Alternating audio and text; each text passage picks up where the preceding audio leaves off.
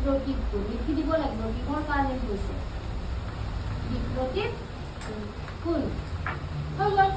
এতিয়া আমি এই কোণটো যদি পাই গ'লো তাৰ মানে আমি এটা প্লাস কৰি তুলাই দিব পাৰিম তো এটা লিখি দিবা এতিয়া ত্ৰিভুজ TSQ ৰ পৰা পাও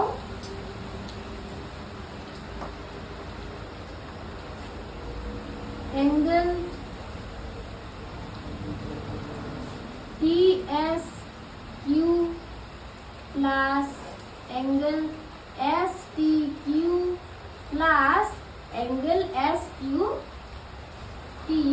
equal to 180 degree. এটা মান কিটা বহাই দিম TSQ ৰ মান কিমান 75 ডিগ্ৰী বহাই দিলো 75 ডিগ্ৰী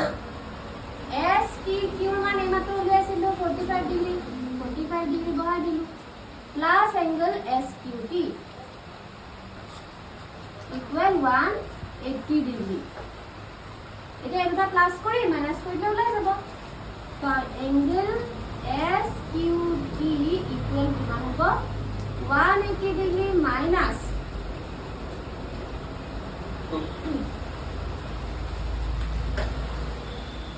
কিমান হ'ব প্লাস কৰিলে পাছে পাছে 10 শূন্য কৰিলে 1 হাতে চাৰিয়া হ'ব কিমান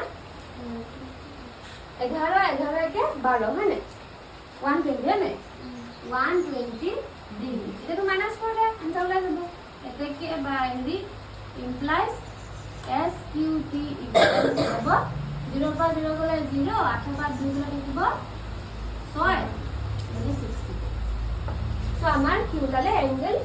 SQT ৰ মান ওলালে 60 ডিগ্ৰী এটা ওলাব দিছিলে বুজি পালে